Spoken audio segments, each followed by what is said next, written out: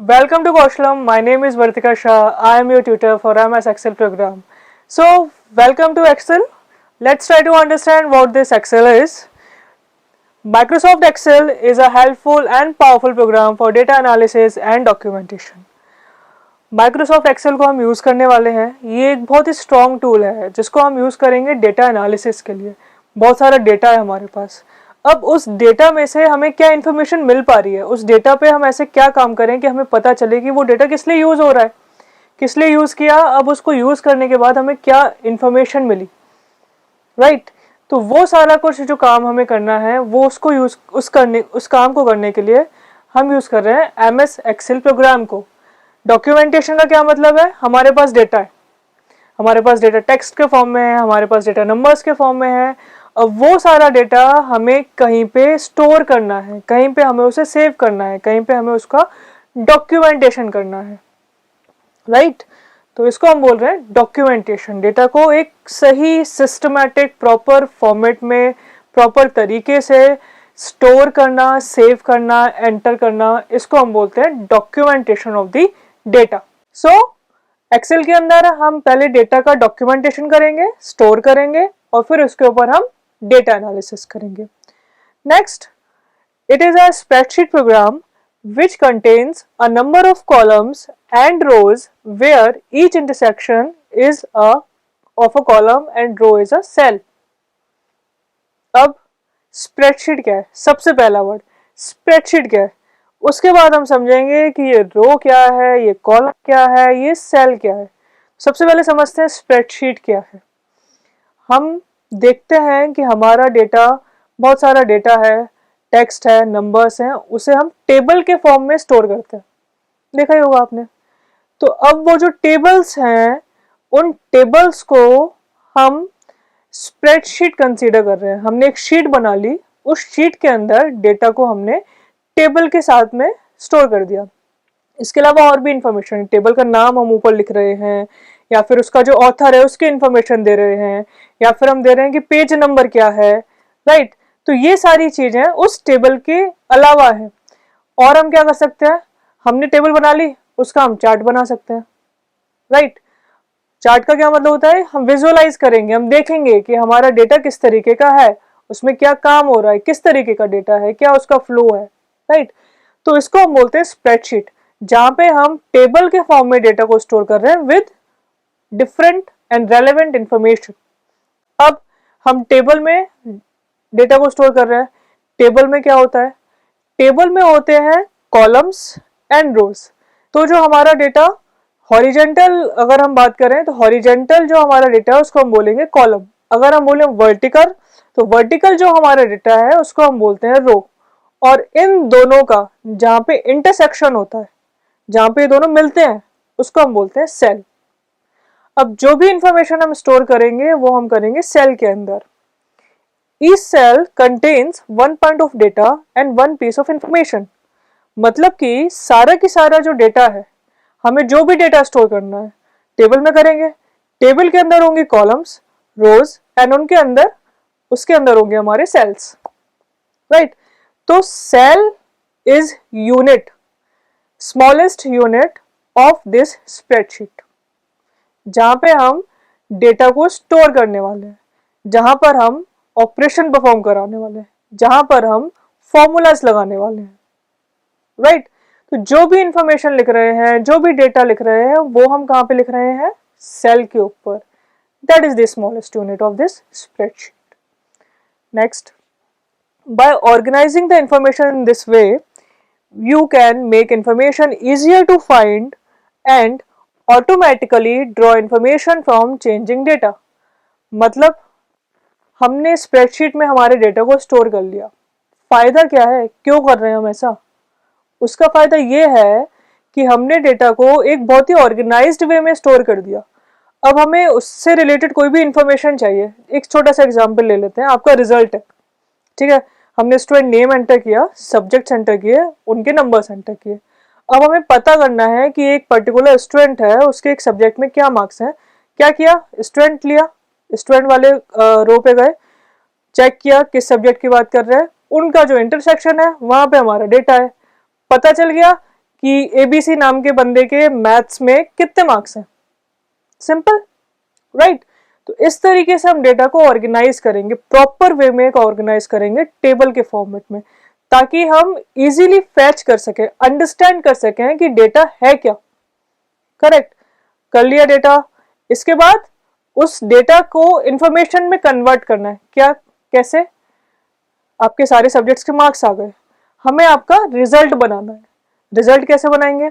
सारे सब्जेक्ट्स के मार्क्स, उनका हमने कहीं पे टोटल कर लिया, राइट, परसेंटेज निकाल लिया, ये फाइंड आउट कर लिया कि सबसे हाईएस्ट मार्क्स किसके हैं, फाइंड आउट कर लिया कितने लोग पास हुए, फाइंड आउट कर लिया कितने लोग फेल हुए, फाइंड आउट कर लिया कितने लोगों की फर्स्ट डिवीजन आई, राइट।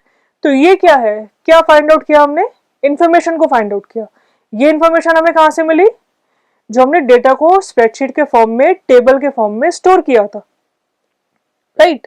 तो this is the way by which we fetch the information.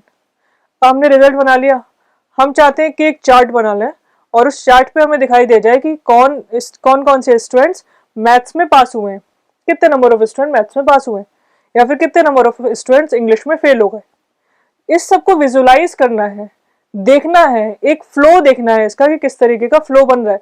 या फिर हमारे पुराने डेटा है, हमारा अभी 21 का डेटा है, 2020 का डेटा है, 19 का डेटा है, उसको एनालाइज करना है कि इंग्लिश में स्टूडेंट्स पहले कम फेल हो रहे थे, अब ज्यादा फेल होने लगे, राइट, या फिर पहले ज्यादा फेल हो रहे थे अब कम फेल होने लगे। तो मतलब कि हमने शायद हमारे ट्यूटर को इम्प्रूव कर दिया, या फिर हमारे पास बेटर इंफॉर्मेशन आ गई है, बेटर मेथड्स आ गए हैं, ठीक है। तो इस तरीके से हम डेटा को एनालाइज करेंगे। डेटा को एनालाइज करने के लिए हमारे पास पहले डेटा होना चाहिए, उस डेटा को स्प्रेडशीट में स्टोर करेंगे और वहां से हम इंफॉर्मेशन लेंगे। इसके बाद मैं आपको ये बताना चाहती हूँ कि माइक्रोसॉफ्ट एक्सेल जो है वो स्टार्टिंग से सबसे स्ट्रॉन्ग टूल फॉर स्प्रेडशीट नहीं था। इसके पहले भी हमारे पास एक बहुत अच्छा टूल था जिसका नाम था लोटस, लोटस 123, जो कि विंडोज के लिए यूज होता था as a spreadsheet program, but थोड़ा स्लो था, इतना एडवांस नहीं था, उसमें इतने अच्छे फंक्शंस नहीं थे, जिसकी वजह से जैसे ही एक्सेल मार्केट में आया, आपका एक्सेल मार्केट में कब आया? 1987 फॉर विंडोज। इसके पहले भी था, पर वो इसके पहले मैकिंटोश के लिए था। मैकिंटोश के लिए तो 1985 में आ गया था, पर विंडोज के लिए ये 1987 में आया। तो जैसे ही ये मार्केट में आया, एक साल के अंदर इसने लोटस को मार्केट से निकाल दिया। तो आप खुद समझ सकते हैं कि एक्सेल कितना पावरफुल टूल है, कितना स्ट्रॉन्ग टूल है, जो कि हमें हमारे काम को, स्प्रेडशीट पे काम करने के तरीके को बहुत इजी कर देता है। बहुत सारी इंफॉर्मेशन के साथ में डील करने के लिए बहुत इजी टूल हमें बना के दे दिया गया है माइक्रोसॉफ्ट के थ्रू।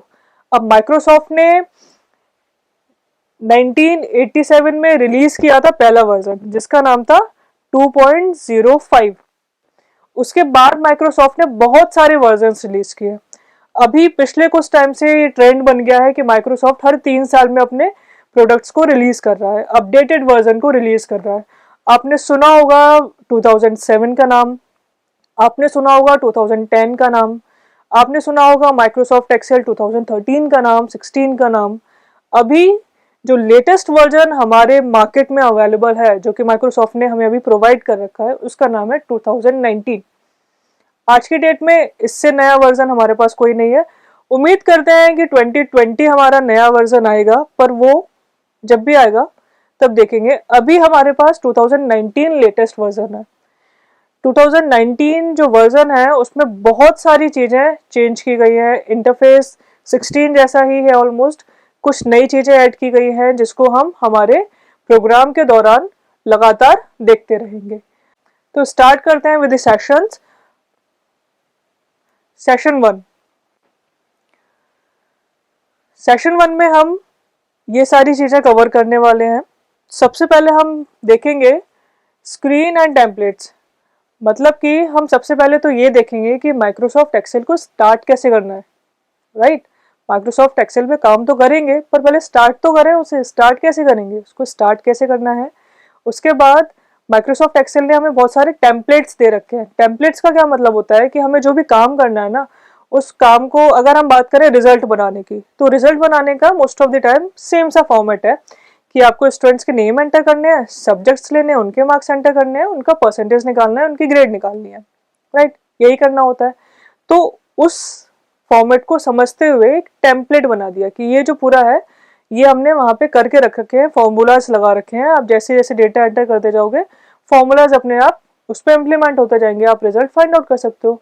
तो ये डेटा हमें वापस से ना पड़े, इस तरह का जो फॉर्मेट है उसे वापस से ना बनाना पड़े, इस लेआउट को वापस से ना बनाना पड़े, इसके लिए हमने एक टेम्पलेट बना दिया और उसको सेव कर दिया। आप अपने खुद से भी टेम्पलेट बना सकते हो, माइक्रोसॉफ्ट ने पहले से टेम्पलेट्स दे रखे हैं, उनको भी यूज कर सकते हो।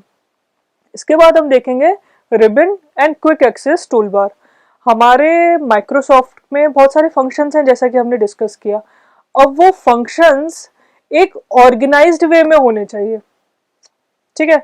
ऐसा नहीं होना चाहिए कि रैंडमली कोई भी फंक्शन कहीं भी पड़ा हुआ है। फंक्शन का मतलब है कि जो भी हमें काम करना है, जैसे कि सम करना है, ये एक फॉर्मूला है, फंक्शन क्या हो गया, SUM सम, फंक्शन सम। जब भी हम इसे यूज करेंगे हम हमारे डेटा को सम कर सकते हैं।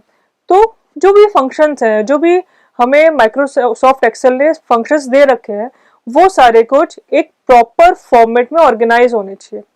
ऐसे ऑर्गेनाइज होने चाहिए कि हमें ढूंढना ना पड़े, हम उसको इजीली फैच कर सकें। हमें पता होना चाहिए कि डेटा कहाँ पे, ये वाला जो फंक्शन है ये कहाँ पे मिलेगा, राइट। तो सारे के सारे फंक्शंस एक पर्टिकुलर लिस्ट के अंदर बना के दे दिए गए हैं। उस पूरी लिस्ट को हम बोल रहे हैं रिबन। उस रिबन के अंदर हमारे हैं छोटे छोटे टैब्स। रिबन को छोटे छोटे पार्ट्स में डिवाइड कर दिया, एक टाइप के डेटा को एक टैब में डिवाइड कर दिया। जैसे कि होम स्क्रीन, अगर हम होम की बात कर रहे हैं तो हम जिन फंक्शंस को बहुत फ्रिक्वेंटली यूज करते हैं वो सारे के सारे फंक्शंस उन्होंने होम में स्टोर कर दिए। हमें डेटा के ऊपर काम करना है, डेटा के ऊपर जो भी काम होने चाहिए उसको उन्होंने डेटा नाम के टैब में स्टोर कर दिया। व्यू से रिलेटेड जो भी चीजें हैं, व्यू से रिलेटेड किस तरीके का लुक होना चाहिए, क्या होना चाहिए, वो सारा कहाँ पे स्टोर कर दिया उन्होंने, व्यू टैब के अंदर। सिमिलरली एक टैब है इंसर्ट, हमें क्या करना है, कुछ भी डेटा इंसर्ट करना, डेटा तो हम इंसर्ट कर रहे हैं, कुछ भी ऑब्जेक्ट इंसर्ट करना है। ऑब्जेक्ट क्या हो सकता है, आपकी टेबल हो सकती है, आपको टेबल इंसर्ट करनी है, चार्ट हो सकता है, चार्ट इंसर्ट करना है। जो भी इंसर्ट करना है हमें, उसके लिए इन्होंने एक अलग से टैब बना दी है। इंसर्ट पे जाएंगे, वहां पे आपको जो भी इंसर्ट करना है उसके सारे ऑप्शन मिल जाएंगे, पिक्चर ऐड करनी है, जो भी ऐड करना है, सारे ऑप्शन आपको वहां पर मिल जाएंगे। अब उन टैब्स को भी ग्रुप्स में डिवाइड कर दिया है। कोई भी टैब आप उठाएंगे, उस टैब में आप देखेंगे छोटे छोटे छोटे ग्रुप्स बना दिए हैं। जैसे कि हम फॉर एग्जांपल ले लेते हैं होम टैब। होम टैब के अंदर छोटे छोटे ग्रुप्स बना दिए। जैसे कि हमें फॉन्ट के ऊपर कुछ काम करना है, फॉन्ट मतलब फॉन्ट फेस चेंज करना है कि टाइम्स न्यू रोमन है, या जो भी हमें एरियल लेना है या एरियल ब्लैक लेना है, ये क्या है, फॉन्ट फेस है। जो भी आप फॉन्ट का फॉर्मेट ले रहे हो उसका नाम है, ठीक है। तो वहां से आप जाके उस फॉन्ट ग्रुप के अंदर आपको इसका नाम मिल जाएगा। और क्या हो सकता है फॉन्ट के अंदर, फॉन्ट के अंदर हो सकता है इसका साइज, फॉन्ट का नेम हो गया, फॉन्ट का साइज हो सकता है, फॉन्ट का कलर हो सकता है, फॉन्ट का बैकग्राउंड हो सकता है, फॉन्ट को बोल्ड करना है, फॉन्ट को इटैलिक करना है, फॉन्ट को अंडरलाइन करना है, राइट। ये सारे के सारे ऑप्शंस इस एक पर्टिकुलर ग्रुप के अंदर रख दिए। इससे क्या होगा, आपको इधर उधर घूमना नहीं पड़ेगा, ढूंढना नहीं पड़ेगा, बहुत इजीली आपको पता है फॉन्ट से रिलेटेड है, फॉन्ट वाले ग्रुप पे गए, सारे के सारे ऑप्शन एक जगह पे अवेलेबल है, यूज कर लीजिए उसे, सिंपल, ठीक है। इसके बाद क्विक एक्सेस टूल बार क्या है आपकी। अब जो चीजें हमें बहुत फ्रिक्वेंटली यूज करनी है उन्हें हमने इस टूल बार में स्टोर किया। जैसे कि हमें काम कर रहे हैं, काम करते करते हमारा काम क्या है कि हम डेटा को स्टोर करते जाए, सेव करते जाए। तो सेव का ऑप्शन हमारा हमने क्विक एक्सेस टूल बार में बाय डिफॉल्ट दे रखा है। पर आपको लगता है कि आप फाइनेंस के बंदे हो, तो आप फाइनेंस के जो आपके टूल्स हैं आप चाहते हो कि उन्हें क्विक एक्सेस टूल बार में सेव कर दो, तो आप वो वाला जो ग्रुप है वो उठा के क्विक एक्सेस टूल बार में सेव कर सकते हैं, कस्टमाइज कर सकते हैं आप अपनी क्विक एक्सेस टूल बार को। तो जो भी हमारे ऑप्शंस हैं जिन्हें हमें फ्रिक्वेंटली यूज करना है उन्हें हम क्विक एक्सेस टूल बार में रखेंगे। इसके बाद है आपका back stage view. Back stage view क्या, रिबन है आपका। रिबन के अंदर आपके जो भी आपके टैब्स हैं उन टैब्स में क्या क्या ऑप्शंस अवेलेबल है उनको देखने के लिए हमारे पास है backstage view of that. इसके बाद है smart lookup and tell me. Smart lookup and tell me क्या है आपका, ये एक बहुत नया फीचर है। टेल मी वाला जो फीचर मैं आपको बता रही हूँ और स्मार्ट लुकअप वाला काफी न्यू फीचर है, ये हमारा MS एक्सेल का। हम डेटा को इंटरनेट से फैच कर सकते हैं। हम ये जानना चाहते हैं कि एक्सेल क्या है। लुकअप पे जाएंगे, टाइप करेंगे एक्सेल। हमें गूगल पे, बिंग पे जो भी ऑप्शंस अवेलेबल है एक्सेल के लिए, वहां पे हमारा सॉफ्टवेयर ले जाएगा और वहां से हम पता कर लेंगे कि ये एक्सेल है क्या। टेलमी में क्या है कि हमारे पास इतने सारे फंक्शन है। मैंने आपको बताया रिबन है, रिबन के अंदर टैब है, टैब के अंदर ग्रुप्स हैं, ग्रुप्स के अंदर फंक्शन है। तो आप खुद ही समझ सकते हैं कितने सारे फंक्शन है। हो सकता है आप भूल जाओ, आपको याद ना आए कि किस ग्रुप के अंदर है, किस टैब के अंदर है। तो उसके लिए हमारे पास ऑप्शन है टेलमी का। टेलमी पे क्लिक करेंगे, वहां पे लिख देंगे कि हमें चाहिए कोई भी ऑप्शन कॉपी। हम आप लिख देंगे कॉपी, तो ये हमें सीधे कॉपी पे ले जाएगा। इस तरीके से हम अपने सारे फंक्शंस को इजीली फैच कर सकते हैं। इसके बाद इंटरफेस। इंटरफेस क्या होता है? Interface is basically look and feel of the pictures, whatever picture you are talking about. We are talking about right now MS Excel. MS Excel का जो लुक एंड फील होना चाहिए उसको हम बोल रहे हैं इंटरफेस। जो आपकी शीट है वो किस तरीके से आपको दिखाई देगी, उसके अंदर क्या क्या चीजें हैं, राइट, इसको हम बोलते हैं इंटरफेस।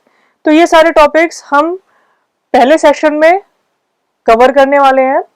चलते हैं हम MS Excel पे, उसके ऊपर हम प्रैक्टिकली देखते हैं, प्रैक्टिकली स्क्रीन पे देखते हैं कि ये सारे ऑप्शंस, ये सारी चीजें किस तरीके से काम कर रही हैं। तो आइए चलते हैं।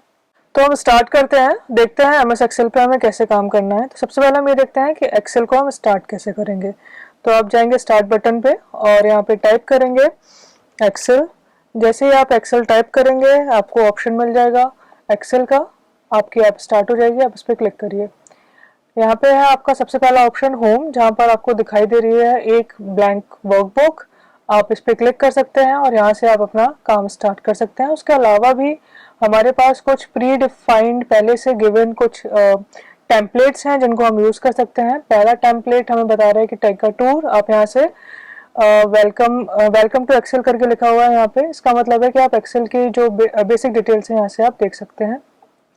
इसी तरीके से हमारे पास और भी बहुत सारे टेम्पलेट्स हैं। अगर आपको इनके अलावा कोई टेम्पलेट चाहिए तो यहाँ पे ये आपको दिखाई दे रहा है मोर टेम्पलेट। आप इस पर क्लिक करेंगे और यहाँ पे आप देख सकते हैं बहुत सारे टेम्पलेट्स हैं। अब आपको जो भी टेम्पलेट चाहिए आप इसमें से ले सकते हैं। जैसे कि हम कुछ एग्जाम्पल ले लेते हैं। जैसे कि यहाँ पे पर्सनल मंथ बजट का आपको एक आइकन हाईलाइट होते हुए दिखाई दे रहा है। तो यहाँ पे एक बेसिक टेम्पलेट बनाया गया है जिसमें कि आप अपने हिसाब से डेटा को एंटर कर सकते हैं और अपना मंथली बजट बना सकते हैं। आप चाहें तो इसे अपने हिसाब से कस्टमाइज कर सकते हैं, चेंजेस कर सकते हैं, वो आपकी मर्जी है, उस हिसाब से आप कर सकते हैं। या फिर आप चाहें तो एक एकेडमिक कैलेंडर बनाना चाहते हैं, आप यहाँ पे जाके इस पे क्लिक कर सकते हैं। यहाँ पे आप अपने यूनिवर्सिटी का, अपने स्कूल का, अपने कॉलेज का एक एकेडमिक कैलेंडर बना सकते हैं। इसी तरीके से यहाँ पे और भी बहुत सारे ऑप्शन हैं। आपको जो भी ऑप्शन इसमें से पसंद आ रहा है, जो ऑप्शन आप लेना चाहते हैं, आपकी रिक्वायरमेंट है, आप इसको यूज़ कर सकते हैं। जैसे कि यहाँ पे आप देख रहे हैं एक टू डू लिस्ट है। आपके जो भी हाउस होल्ड वर्क्स हैं उनके लिए आप एक टू डू लिस्ट बना सकते हैं। लोन कैलकुलेटर है और भी बहुत सारे ऑप्शंस हैं। तो अब इन टेम्पलेट्स में से एक टेम्पलेट पे हम क्लिक करके देख लेते हैं कि किस तरीके से यहाँ पे हमारा काम हो रहा है। हाउस होल्ड मंथली बजट, इसमें आप देख रहे हैं कि यहाँ पे हमारे पास ऑलरेडी बहुत सारे ऑप्शंस अवेलेबल हैं। जैसे कि इनकम अवेलेबल है, आप इनकम लिख सकते हैं और उसके जो भी आपके आपने जो सोचा था कितना एक्सपेंस होना चाहिए और कितना एक्चुअल है। तो इस तरीके से हमारे पास कई सारे टेम्पलेट्स हैं। जैसे कि एक ये टेम्पलेट है, यहाँ पे आप देख सकते हैं कि किस तरीके से काम होना चाहिए। इसके बाद बजट समरी है, जो भी आपके डिटेल्स थे उसके, जो भी आपने एक्सपेंसेस किए हैं, मंथली एक्सपेंसेस हैं या फिर एडिशनल कुछ डेटा आपको लिखना है तो आप इस तरीके से लिख सकते हैं। तो ये हमारा एक सिंपल टेम्पलेट है, बेसिक टेम्पलेट है जिसको हम यूज़ कर सकते हैं। इसी तरीके से हमारे पास और भी बहुत सारे टेम्पलेट्स हैं, हमारी रिक्वायरमेंट के हिसाब से हम उन्हें यूज़ कर सकते हैं।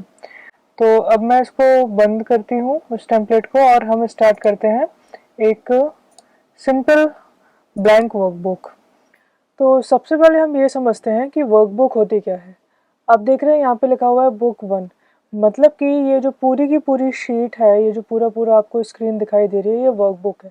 इसका क्या मतलब है?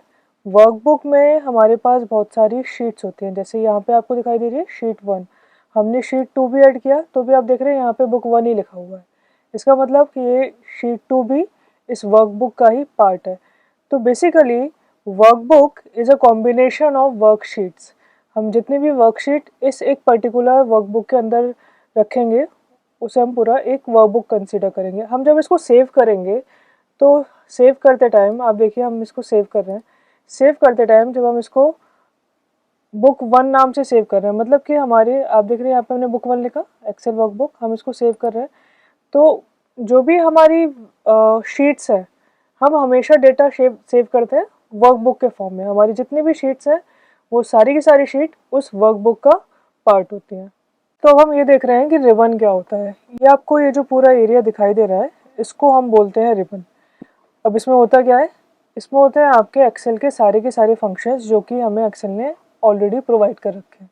जैसे कि आप यहाँ पे देख रहे हो कोई भी एक फंक्शन हम उठा के देख लेते हैं। जैसे कि यहाँ पे आपको दिख रहा है कट, हमें कोई डेटा कट करना है। तो इस तरीके से सारे के सारे फंक्शंस आपके रिबन में गिवन होते हैं। अभी जो रिबन है इसके अंदर होते हैं हमारे बहुत सारे टैब्स। जैसे कि पहला टैब आपको दिख रहा है फाइल, दूसरा टैब दिख रहा है home, insert, page layout, formulas, data, review, view, help. तो ये सारे हमारे टैब्स हैं। जैसे हम इन पे क्लिक कर रहे हैं आप देख रहे हैं हमारे पास बहुत सारे फंक्शंस आ रहे हैं और ये सारे functions time to time change होते आ रहे हैं जैसे हम इस पर क्लिक कर रहे हैं। अब आप कोई भी टैब उठा के देखोगे उस टैब के अंदर जो भी फंक्शंस हैं उन्हें सेम टैब के फंक्शंस को एक ग्रुप में ऐड कर दिया गया है। जैसे कि आप यहाँ पे बात करो, ये आपका एक पूरा ग्रुप है। फॉन्ट मतलब फॉन्ट से रिलेटेड आपके जो भी फंक्शंस हैं, जैसे कि ये है, ये क्या फंक्शन है आपका, हमें फॉन्ट फेस कौन सा चाहिए, हमें कौन से डेटा को चाहिए। मैं यहाँ पे कुछ लिख देती हूँ, नेम, ठीक है। अब आप देखिए अभी हमने जो फॉन्ट ले रखा है उसमें हम जैसे ही इसको चेंज कर रहे हैं, हम इसको सिलेक्ट कर लेते हैं डेटा को, हम जैसे ही इसको चेंज करेंगे आप देखिए इसका फॉन्ट फेस चेंज हो रहा है, देखिए, राइट। तो ये है आपका फॉन्ट फेस। इसके बाद इसमें दूसरा है इसका साइज़। हमने इसको सिलेक्ट कर लिया, हमने यहाँ पे साइज़ पे क्लिक किया, जैसे ही हम साइज़ को इंक्रीज़ करेंगे आप देखें इसका साइज़ इंक्रीज़ हो गया। या फिर हम कोई छोटा फॉन्ट यूज़ करेंगे, इसका साइज़ डिक्रीज़ हो गया। तो फॉन्ट से रिलेटेड सारे फंक्शंस एक ग्रुप के अंदर ऐड कर दिए। ऐसा करने से क्या फ़ायदा हुआ, आपको उसको ढूंढने में दिक्कत नहीं होगी। हमें पता है कि फॉन्ट से रिलेटेड हमारे जो भी फंक्शंस हैं हमें इस एक पर्टिकुलर ग्रुप के अंदर मिल जाएंगे। तो इसी तरीके से आप देखेंगे सारे ग्रुप, जैसे कि ये अलाइनमेंट वाला ग्रुप है, इस अलाइनमेंट वाले ग्रुप में क्या है, आपको टॉप अलाइनमेंट चाहिए, बॉटम अलाइनमेंट चाहिए। मैं डेटा एंटर करके दिखाती हूँ।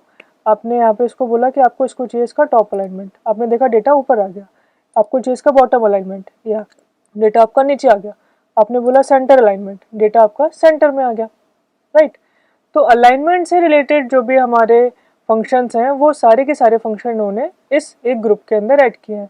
आप किसी भी टैब के अंदर जाएंगे, हर टैब में डेटा जो भी फंक्शंस हैं वो इसी तरीके से आपको दिखाई देंगे। जैसे यहाँ पे आप देखिए चार्ट से रिलेटेड जितने भी हैं, जितने भी चार्ट हैं आपके, रेकमेंड करना है आपको चार्ट को या फिर किसी एक पर्टिकुलर चार्ट को सिलेक्ट करना है, सारे के सारे चार्ट से रिलेटेड जो फंक्शन है इस ग्रुप के अंदर ऐड किए गए हैं। किसी भी टैब को आप उठा के देख लीजिए। यहाँ पे पेज सेटअप है, पेज सेटअप से रिलेटेड मार्जिन सेट करना है, ओरिएंटेशन चेंज करना है, उसका साइज चेंज करना है, सारे के सारे फंक्शंस जो हैं वो पेज सेटअप से रिलेटेड एक ग्रुप के अंदर ऐड कर दिए गए हैं। तो ये होता है हमारा ग्रुप। तो सिमिलरली फॉर्मूलाज टैब के अंदर हमारे सारे के सारे फॉर्मूलाज गिवन है। जैसे कि ये देख रहे हैं आप, ये वाला ग्रुप जिसमें क्या है हमारे फंक्शन लाइब्रेरीज। अब ये पूरे हमारे जितने फॉर्मूलाज है ना उन्हें इन्होंने एक पूरी लाइब्रेरी बना के रख दिया। सारे फंक्शन यहाँ पे क्या क्या फंक्शन है, ऑटो सम, वेरी कॉमनली यूज्ड।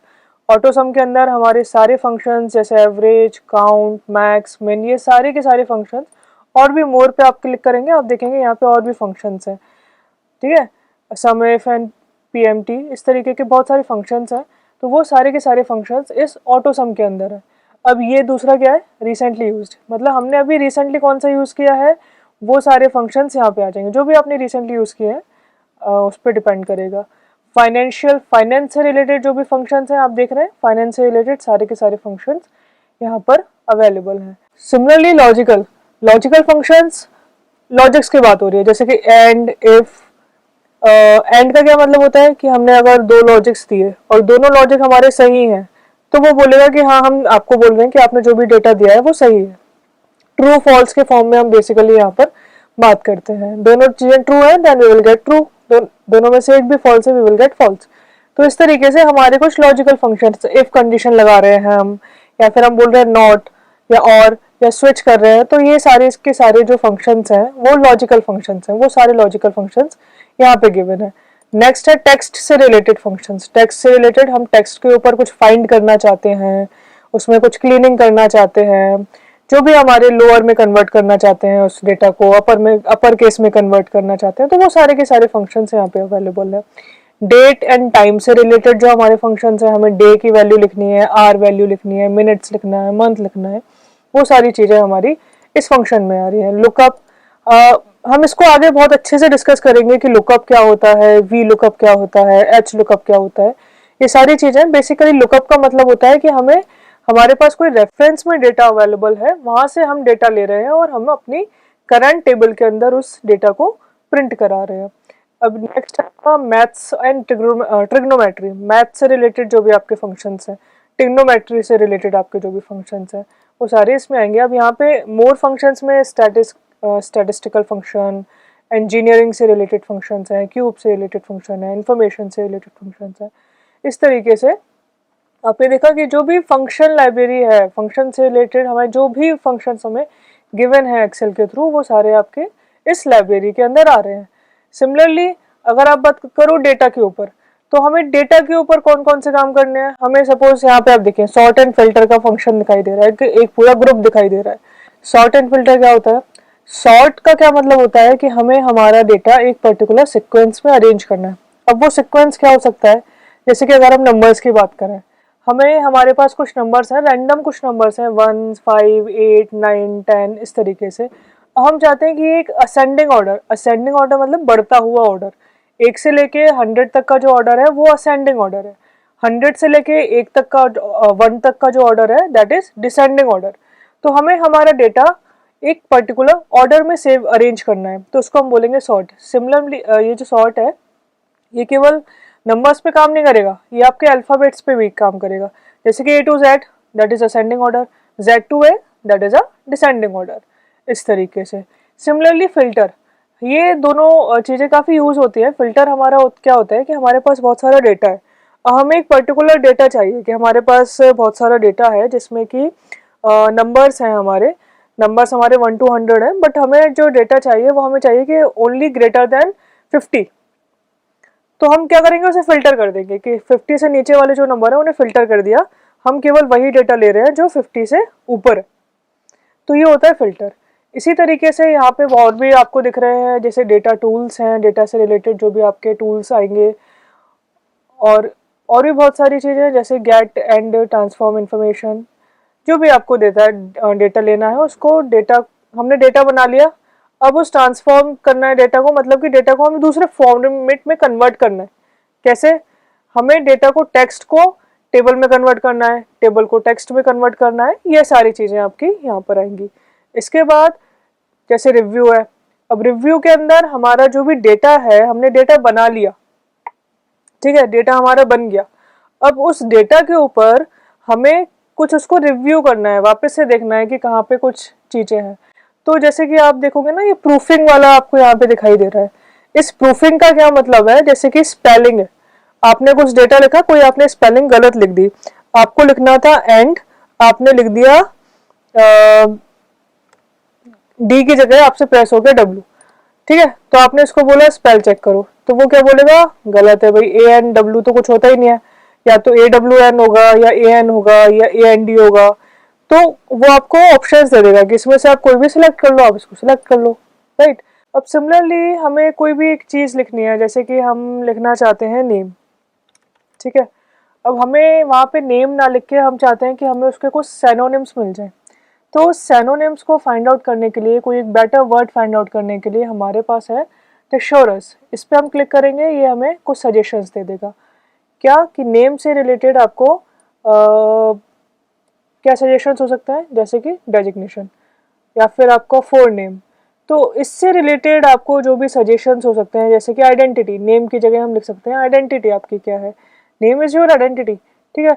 तो इस तरीके से रिलेटेड, इससे रिलेटेड जो भी साइनोनिम्स हो सकते हैं वो साइनोनिम आपको यहाँ पे प्रोवाइड कर देगा। जैसे कि हम किसी को कॉल करते हैं तो कॉल करने में हम उसको लिख सकते हैं कॉल। तो हमारी जो रिक्वायरमेंट है, जो भी हम डेटा लिखेंगे उसके अकॉर्डिंगली हमारा ये जो नेम है, इससे जो भी सजेशंस हो सकते हैं, इसके साइनोनिम्स हो सकते हैं, वो हमें ये थिसॉरस प्रोवाइड कर देगा। तो इस तरीके के हमारे पास फंक्शंस हैं। इसके बाद ये वर्कबुक के स्टैटिक्स हैं कि वर्कबुक में हम कहाँ पे काम कर रहे हैं, हमने कितने सेल्स यूज़ कर रखे हैं, टेबल बना रखी है, फॉर्मूलाज लिख रखे हैं, या फिर हमने कितनी शीट्स ले रखी हैं। अब देखिए यहाँ पे शीट्स दो रखी लिखी हुई हैं। यहाँ पे हमारे पास शीट 1 शीट 2 दो शीट्स हैं। सेल्स जिनमें डेटा है, कितने सेल्स में डेटा है, एक सेल में डेटा है। टेबल्स हमारे पास कोई नहीं है। तो यहाँ पे करंट शीट में जो भी हमारा डेटा है वो लिखा हुआ है। दूसरा नीचे क्या लिखा हुआ है कि हमारी जो वर्कबुक है उसके अंदर हमारा क्या क्या डेटा है। तो ये हो गया आपका वर्कबुक स्टैटिक। तो इसी तरीके से आपको जो भी चीज़ रिव्यू करनी है, हमारा जो हमने जब काम कंप्लीट कर लिया उसके बाद हमें जो भी चीज़ों पे रिव्यू करना चाहते हैं, जैसे कि यहाँ पे लैंग्वेज है, लैंग्वेज के अंदर ट्रांसलेट है, आपको आपके पास हिंदी है, उसे आप इंग्लिश में कन्वर्ट करना चाहते हैं, ट्रांसलेट करना चाहते हैं, ट्रांसलेट कर सकते हैं। इंग्लिश है, इंग्लिश को हिंदी में ट्रांसलेट करना चाहते हैं, ट्रांसलेट कर सकते हैं। तो एक्सेल के जो नए हमारे फीचर, नए हमारे जो वर्जन्स आ रहे हैं, वो हमें इस तरीके की बहुत सारे नए नए फंक्शंस प्रोवाइड करता है, जिससे कि हमारा काम बहुत आसान और बहुत फास्ट हो जाता है। सिमिलरली अगर आप व्यू के अंदर देखें तो व्यू के अंदर हमारे पास क्या चीज़ें हैं, जैसे कि व्यू के अंदर हमारा वर्कबुक का व्यू है, वर्कबुक हमें किस तरीके से दिखाई देनी चाहिए, या फिर ये हमारा जूम, हमें हमारा जो स्क्रीन है, हमारी ये जो पूरी वर्कशीट है जो हमें अभी दिखाई दे रही है, इसको हम जूम करना चाहते हैं, राइट। तो हम जूम पे क्लिक करेंगे, अभी वो 100% दिखाई दे रही है, हम चाहते हैं हमें बड़ी दिखाई दे, 200% दिखाई दे। आपने देखा इसका साइज इंक्रीज हो गया। सिमिलरली हम इस पर क्लिक करेंगे, इसको बोलेंगे वापस से 100% पे चली जाओ, ये लिखा हुआ है 100%। जैसे हमने इस पर क्लिक किया, कहाँ पे चला गया, ये 100% पे चला गया। हम इसको बोल रहे हैं कि नहीं आप 75% दिखाई दो, तो आपने जैसे ही 75% किया, देखिए ये छोटा हो गया। वापस मैं 100% पे क्लिक कर देती हूँ, आपको ये दिखाई देने लगा।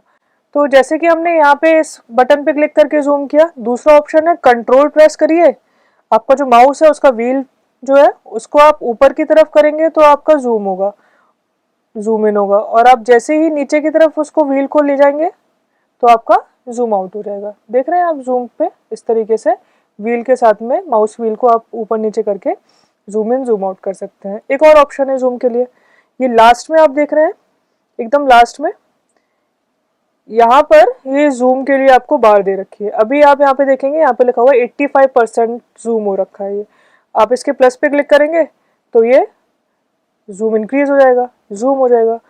माइनस पे क्लिक करेंगे, ये छोटा हो जाएगा। तो ये आपका जूम का ऑप्शन। इसी तरीके से विंडोज जो है उसके उससे रिलेटेड जो फंक्शन है वो हमने कहाँ पे लिख रखे हैं, इस वाले ग्रुप के अंदर, कि हमें न्यू विंडो चाहिए, हमें उसको अरेंज करना है, फ्रीज करना है। इन चीज़ों को मैंने आगे एक्सप्लेन किया है। Freeze pane is a very important thing, जिसको मैंने आगे एक्सप्लेन किया है। या फिर हमें आगे आगे हम इसको यूज़ करेंगे, मैक्रोज बनाएंगे हम, ये हमारी चीज़ों को बहुत ईजी करता है। मैक्रोज कैसे बना रहे हैं, तो वो मैक्रो ग्रुप के अंदर है। सिमिलरली आपकी लास्ट टैब है हेल्प। हेल्प के अंदर दो चीज़ें हैं, एक तो हेल्प और दूसरा कम्युनिटी। अगर हम हेल्प लेना चाहें, हमारा जो एक्सेल है उसने हमें ऑलरेडी सारी हेल्प, अगर आपको कहीं भी कोई इशू आ रहा है, कहीं भी आप अटक रहे हैं, तो उसने पूरा एक डॉक्यूमेंटेशन बैकग्राउंड में कर रखा है, पूरा की पूरा डॉक्यूमेंटेशन। आपको फॉर्मूलाज या फंक्शन से रिलेटेड कहीं हेल्प चाहिए, क्लिक करिए, आपको सजेशंस मिल जाएंगे कि आपको इसमें से कहाँ पे इशू आ रहा है, आप उस पर क्लिक कर देंगे। पहला है overview of formulas in Excel, आप ये देखना चाहते हैं, क्लिक करिए इस पर। आपने जैसे इस पर क्लिक किया, ये इसने आपको दे दिया overview of formulas in Excel. पूरा इसने बहुत अच्छी तरीके से सारी की सारी चीज़ों को बहुत ही बढ़िया तरीके से एक्सप्लेन करके दिया है। तो ये हेल्प फीचर हमें दे रखा है हमारे एक्सेल ने ऑलरेडी, तो आप इससे यूज़ कर सकते हैं। सपोर्ट दे रखा है इन लोगों ने, जहाँ पे आप कांटेक्ट कर सकते हैं, कुछ फीडबैक देना चाहें वो दे सकते हैं, कोई ट्रेनिंग है उसको शो करना चाहें, तो इस तरीके से हेल्प के अंदर आपकी सारी चीज़ें अवेलेबल हैं। या फिर ये कम्युनिटी है। कम्युनिटी क्या है, एक्सेल यूज़ करते हैं, इसके ब्लॉग्स आपको ऑनलाइन बहुत सारे मिल जाएंगे। जैसे आप इस पर क्लिक करेंगे, देखिए हमने इस पर क्लिक किया, हम पहुंच गए सीधे ऑनलाइन जहाँ पर हमारे एक्सेल के ब्लॉग्स हैं। ये देखिए यहाँ पे हमारे सारे एक्सेल के ब्लॉग्स हैं। आप इनमें से किसी भी ब्लॉग पे जाके आपकी जो भी क्वेरी है उससे रिलेटेड जाइए, वहाँ पे आप अपनी जो भी क्वेरी है उससे रिलेटेड डेटा को देखिए, वीडियो को देखिए, ऑडियो को देखिए, अगर यहाँ पे टेक्स्ट है उसको देखिए, और वहाँ से आपको आपकी प्रॉब्लम सॉल्व हो जाएगी। सिमिलरली सजेस्ट अ फीचर, कोई फीचर सजेस्ट करना है या कोई कम्युनिटी आपको ज्वाइन करनी है जहाँ पे आप देखना चाहें, तो इस तरीके से आप उसको ज्वाइन कर सकते हैं। इसके अलावा एक बहुत ही बढ़िया फीचर यहाँ पे हमें दिया हुआ है, tell me about what you want to tell me what you want to do. अभी हमने इतने सारे फीचर्स देखे, हो सकता है हम भूल जाएं कि कौन सा फीचर कहाँ पर है। ठीक है, तो हम यहाँ पे लिख देंगे उस फीचर का नाम, जैसे कि फ्रीज पेन है। फ्रीज पेन आप देख रहे हैं, फ्रीज पेन्स, इस फंक्शन पे हमें जाना था, इसने हमें सजेशंस दे दिए। ठीक है, हम यहाँ पे जाएंगे, ये हमें बता देगा कि आप क्या चाहते हो उसके, आपने इसमें सजेशंस बनाए। तो हम इस तरीके से जाके देख सकते हैं कि कहाँ पे हमें कौन सा फंक्शन मिलेगा। सिमिलरली हम देखते हैं कि इस फॉन्ट के अंदर एक ये ऑप्शन है बॉर्डर का। अब ये बॉर्डर्स हमें कैसे ऐड करने हैं, हमारे पास बहुत सारे ऑप्शंस हैं, उनमें से कौन सा ऑप्शन लेके हम बॉर्डर को ऐड कर सकते हैं। तो बॉर्डर ऐड करने के लिए पहले हम इसमें कोई डेटा एंटर कर लेते हैं। सपोज हम ले रहे हैं सबसे पहले सीरियल नंबर, इसके बाद हम ले रहे हैं नेम, इसके बाद हम ले रहे हैं एज। ठीक है, ये 3 डेटा ले रहे हैं। अब उसमें सीरियल नंबर 1 2 ऐड कर लिया, नेम में आप कोई भी ऐड कर लीजिए, वर्तिका शाह ऐड कर लीजिए। ठीक है, दूसरा आप राजेश ऐड कर लीजिए, इसको हम एडजस्ट कर लेते हैं, छोटा है इसको बड़ा कर लेते हैं। यहाँ पे एज में आप कुछ भी रैंडमली ले सकते हैं, 24 32 कोई भी ले सकते हैं। अभी आप देख रहे हो इसमें प्रॉपर व्यू नहीं आ रहा, हमें ये ठीक से दिखाई नहीं दे रहा है किस तरीके से डेटा इसमें है। तो इसके लिए हमारे पास एक ऑप्शन है कि हम इसमें बॉर्डर देते हैं। हम इस डेटा को पूरा सेलेक्ट करेंगे, यहाँ पे जाएंगे, हमारे पास काफ़ी सारे ऑप्शंस हैं। हमारे पास बेस्ट ऑप्शन इसके लिए कि ऑल बॉर्डर, हमने जैसे ऑल बॉर्डर किया आप देख रहे हैं सारे के सारे बॉर्डर्स आ गए। जैसे यहाँ पे हमने क्या किया, सारे के सारे बॉर्डर्स ले लिए। हम चाहते हैं सारे बॉर्डर ना आए, कंट्रोल Z कर रही हूँ मैं। हम चाह रहे हैं कि केवल जो हमारी टेबल है उसका आउटर बॉर्डर है। इसके लिए हमें क्या करना पड़ेगा, डेटा को सिलेक्ट किया, डेटा को सिलेक्ट किया और हमने लिख दिया आउटसाइड बॉर्डर। जैसे हमने आउटसाइड बॉर्डर किया, आपने देखा क्या हुआ इससे, केवल जो हमारा बाहर का टेबल का बाहर का जो डेटा था, बाहर का जो बॉर्डर था वो आया। इनसाइड कोई भी हाईलाइट नहीं हुआ है, इनसाइड बॉर्डर हमारे पास नहीं आया।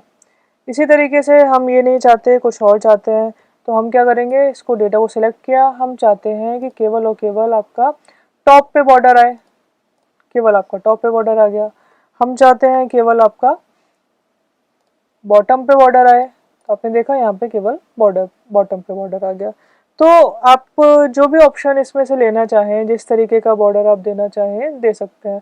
आप थिक आउटसाइड बॉर्डर देना चाहते हैं कि आउटसाइड बॉर्डर थिक आ जाए, पहले से एक बॉर्डर काफ़ी थिक आ गया, तो इसमें से आपको जो भी ऑप्शन लेना है आप उस ऑप्शन को सिलेक्ट करिए और आप अपने बॉर्डर को प्रिंट यूज़ कर सकते हैं। इसी तरीके से यहाँ पे ड्रॉ बॉर्डर का भी ऑप्शन है, आप चाहें तो इसको कैंसिल करके आप इस तरीके से बॉर्डर को ड्रॉ भी कर सकते हैं कि आपको ये वाला चाहिए, ये वाला चाहिए, ये वाला चाहिए, ये वाला चाहिए, इस तरीके से आप बॉर्डर को ड्रॉ भी कर सकते हो, बाकी के बॉर्डर्स आपको नहीं चाहिए।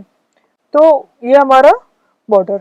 तो अभी हमने ये देख लिया कि हम किस तरीके से अलाइनमेंट सेट कर रहे हैं, टॉप बॉटम लेफ्ट राइट। अब हम ये देख रहे हैं कि इसमें एक ऑप्शन आपको दिखाई दे रहा है, ये वाला। ये क्या कह रहा है कि आपका जो डेटा है वो किस तरीके से आपको दिखाना है, आप वर्टिकल दिखाना चाहते हैं, एंगल्स में दिखाना चाह रहे हैं, रोटेट करना चाह रहे हैं। तो हम डेटा को सिलेक्ट करेंगे, हमने डेटा सेलेक्ट किया, हम इसको बोल रहे हैं कि एंगल के फॉर्म में डेटा आ जाए। तो आपने क्या देखा, ये डेटा एंगल के फॉर्म में आ गया। और भी ऑप्शन है आपके पास, आप इसको टेक्स्ट के फॉर्म में करना चाहते हैं, टेक्स्ट के फॉर्मेट में कर सकते हैं। ठीक है, तो बेस्ट हमारा जो है हॉरिजेंटली होता है, हम हॉरिजेंटली लेंगे, तो उसके लिए हम इसको अंडू कर देते हैं, नॉर्मल फॉर्म में आ गया। अब आप यहाँ पे दो ऑप्शन देख रहे हैं, ये है इसका इंडेंटेशन। इंडेंटेशन का क्या मतलब होता है कि जहाँ पे आपका टेक्स्ट लिखना शुरू होता है, सेल से टेक्स्ट की जो डिफरेंट डिस्टेंस होती है उसको हम बोलते हैं इंडेंटेशन। तो यहाँ पे दो ऑप्शन है, पहला ऑप्शन है इंडेंटेशन को जो डिस्टेंस है उसको डिक्रीज करने की, दूसरा ऑप्शन है इसको इंक्रीज करने की। तो हमने इसको सिलेक्ट कर रखा है, हम इसको क्लिक करते हैं, अब देख रहे हैं इंडेंटेशन से स्पेस इसकी इंक्रीज हो रही है। हम इसको वापस डिक्रीज करना चाहें, इस तरीके से ये आपकी जो स्पेस है वो डिक्रीज हो जाएगी। सिमिलरली हमारे पास एक ऑप्शन है मर्ज एंड सेंटर का। अब मर्ज एंड सेंटर का ऑप्शन कैसा है? सबसे पहला ऑप्शन है मर्ज and centre. Merge and centre में हमने क्या किया, हमने यहाँ पे 9 सेल्स सेलेक्ट कर लिए और हमने इस पर क्लिक कर दिया मर्ज एंड सेंटर। तो इससे क्या हुआ, हमने जितने भी सेल सेलेक्ट किए थे उन सारे सेल्स को इसने यूज़ कर लिया एज अ सिंगल सेल, और आपका जो डेटा है वो यहाँ पे सेंटर में आ गया। सिमिलरली हमारा दूसरा ऑप्शन कौन सा है, मर्ज एंड अक्रॉस। हमने डेटा को सिलेक्ट किया, स्पेस को सिलेक्ट किया और हमने जैसे क्लिक किया मर्ज एंड अक्रॉस, इससे क्या हुआ, आपका डेटा आप देख रहे हैं यहाँ पे सेल्स। मैं आपको एक काम करती हूँ, बॉर्डर बना के हाईलाइट करके दिखा देती हूँ। तो आपने देखा क्या हुआ, वर्टिकली आपकी 3 सेल्स दिखाई दे रहे हैं, राइट, और हॉरिजेंटली आपका जो सॉइल है वो मर्ज हो गए। तो हमने जैसे ही मर्ज अक्रॉस किया तो आपके सेल्स हॉरिजेंटली मर्ज हो जाएंगे। तो आई होप आपको मर्ज एंड सेंटर और मर्ज एंड अक्रॉस का जो डिफरेंस है वो दिखाई दे गया। अब इसके बाद क्या है option, merge cells and unmerge cells. तो अब मर्ज सेल्स तो आपको पता है कि आप जब भी डेटा, मैं इसको अंडू कर देती हूँ, आप जो भी डेटा सिलेक्ट करेंगे उस डेटा पे आपका जो है वो सेल्स को मर्ज कर देगा, और आप इसको अनमर्ज करना चाहें अनमर्ज कर दीजिए और आपका जो डेटा है वो वापस से अनमर्ज हो जाएगा। इसके बाद हमारा एक ऑप्शन है रैप टेक्स्ट। काफ़ी यूज़ होता है, लोग काफ़ी कंफ्यूज होते हैं इसको देख के। तो हम अगर बात करें, मैं इसको डिलीट कर रही हूँ, अगर हमारे पास कोई भी एक वैल्यू है, जैसे कि मैं लिख रही हूँ माई नेम इज़ वर्तिका शाह, तो आपने देखा क्या हुआ, डेटा जो है वो बाहर चला गया, या फिर डेटा है कहाँ पे, केवल इस कॉलम के अंदर, पर डेटा बाहर चला गया, नहीं दिख रहा हमें ठीक से। हम चाहते हैं कि डेटा हमें ठीक से दिखाई दे, तो हम इस पर क्लिक कर देंगे रैप टेक्स्ट। जैसे हमने रैप टेक्स्ट पे क्लिक किया, क्या हुआ, आपका डेटा के हिसाब से आपका जो सेल है वो एडजस्ट हो गया। सेल का साइज इसने डेटा के हिसाब से सेट कर लिया। हम इसको चाहें तो थोड़ा ड्रैग कर लेंगे, हमने इसको ड्रैग किया, हमारे पास डेटा इस तरीके से आ जाएगा। अनसेलेक्ट कर दिया रैप टेक्स्ट, वापस से हमारा जो डेटा है वो सेल के बाहर निकलने लग गया, मतलब सेल के अंदर हमें नहीं दिखाई दे रहा है। वापस हमने क्लिक किया, हमारा डेटा सेल के अंदर सेट हो गया, तो इसको हम बोलते हैं रैप टेक्स्ट। तो अभी हमने देखा नेम बॉक्स क्या होता है। नेक्स्ट हम देख रहे हैं कि फॉर्मूला बार क्या है। ये जो है ना, इसको हम बोलते हैं फॉर्मूला बार। हम कुछ भी डेटा यहाँ पर एंटर कर रहे हैं, जैसे कि मैं अपना नाम यहाँ पे एंटर कर रही हूँ, तो ये जो हमारा डेटा है ये हमें कहाँ पे दिखाई दे रहा है, फॉर्मूला बार में। अब मान लो मैंने ये नाम गलत एंटर कर दिया होता, या मैंने एस कैपिटल किया स्मॉल करना होता, तो मैं यहाँ से इसको एडिट नहीं कर सकती थी। इसको एडिट करने के लिए मुझे जाना पड़ेगा यहाँ पे, एस की जगह, कैपिटल एस की जगह मैं स्मॉल एस लिख सकती हूँ। आइडियली कैपिटल एस ही होना चाहिए, स्मॉल एस लिखना चाहती हूँ तो मैं स्मॉल एस लिख सकती हूँ, ठीक है। अब इसको आप यहाँ पे लास्ट में देख रहे हैं एक एरो बना है, आप इस पर क्लिक करके इसका साइज इंक्रीज कर सकते हैं। हम इसमें कोई भी फॉर्मूला लिखे हैं, जैसे कि हमने लिखा इक्वल्स टू 50 + 10, एंटर किया। यहाँ पे क्या होगा, हमें डेटा ही दिखाई देगा, पर इस डेटा के बैकग्राउंड में हमने कौन सा फॉर्मूला लगा रखा है वो फॉर्मूला हमें यहाँ पर दिखाई देगा। देख रहे हैं आप, यहाँ पे लिखा हुआ है इक्वल्स टू 50 + 10, ये फॉर्मूला है, इसकी वजह से आपको डेटा क्या मिला, 60। तो ये हो गया आपका डेटा और ये हो गया आपका फॉर्मूला बार। अब इस तरीके से हम नई शीट ऐड कर सकते हैं, पर हम चाहते हैं कि इन शीट्स को मूव करना। आपकी शीट 1 है, फिर 3 है, फिर 4 है, फिर 5 है। शीट 2 पे हम क्लिक करेंगे, हम इसको इस तरीके से मूव कर देंगे। देखा आपने कैसे किया, मैंने मूव, शीट को होल्ड किया और इस तरीके से इसको पीछे या आगे जहाँ भी आप मूव करना चाहें मूव कर सकते हैं, ठीक। या फिर हमारे पास है ऑप्शन, राइट क्लिक करेंगे आप, यहाँ पे लिखा हुआ है कॉपी, मूव और कॉपी। क्लिक करेंगे हम इसके ऊपर, आपके पास ये शीट्स है, ठीक है, आप इनको यहाँ पे मूव कर सकते हैं। आपको इसकी एक कोई भी किसी भी शीट को आप सिलेक्ट करेंगे, आप उसको जहाँ पे भी मूव करना चाहें मूव कर सकते हैं। यहाँ पे आप इसकी कॉपी क्रिएट करना चाहते हैं, क्रिएट अ कॉपी, आपने क्लिक किया तो यहाँ पे आप देखिए शीट 1 थी, शीट 1 की जगह क्या लिख के आ गया, शीट 1 2, तो ये शीट 1 की एक कॉपी क्रिएट हो गई, ठीक है। अब आप इसका नाम चेंज करना चाहते हैं, राइट क्लिक करिए, रीनेम पे लिखिए इसका नाम जो देना चाहे हम उसका नाम दे सकते हैं। हम इसको नाम देते हैं कॉस्टम 1। ठीक है, हम इस तरीके का इसमें नाम देना चाहते हैं। इस शीट को हम रीनेम करना चाहते हैं, इसको हम लिखना चाहते हैं कॉस्टम 2। ठीक, इस तरीके से हम इसको रीनेम कर सकते हैं। इसके बाद हम चाहते हैं कि इन टैब्स के कलर चेंज हो जाए। ये है हमारे पास ऑप्शन टैब कलर। यहाँ पे हम चाहते हैं कि इस टैब का कलर हो जाए रेड। इस वाली टैब का जो कलर है उसे हम चेंज करना चाहते हैं ग्रीन में। तो आप देख सकते हैं यहाँ पे टैब्स के कलर भी हमने चेंज कर दिए। पर एक चीज़ का हमें विशेष ध्यान रखना पड़ेगा कि जैसे अगर हम यहाँ से ना कुछ डिलीट करना चाहते हैं, हमने राइट क्लिक किया, टैब पे क्लिक किया, अब ये बोल रहा है कि ये जो आपने टैब शीट को डिलीट किया है ना, जिसको हम टैब बोल रहे हैं, शीट को डिलीट कर दिया तो ये परमानेंटली डिलीट हो जाएगा। अब हमारा अंडू यहाँ पे काम नहीं करेगा। आप ये नहीं कंसीडर कर सकते हो कि आपने टैब को डिलीट कर दिया और डिलीट करने के बाद आप अंडू प्रेस कर दो और आपकी शीट वापस से रिकवर हो जाए।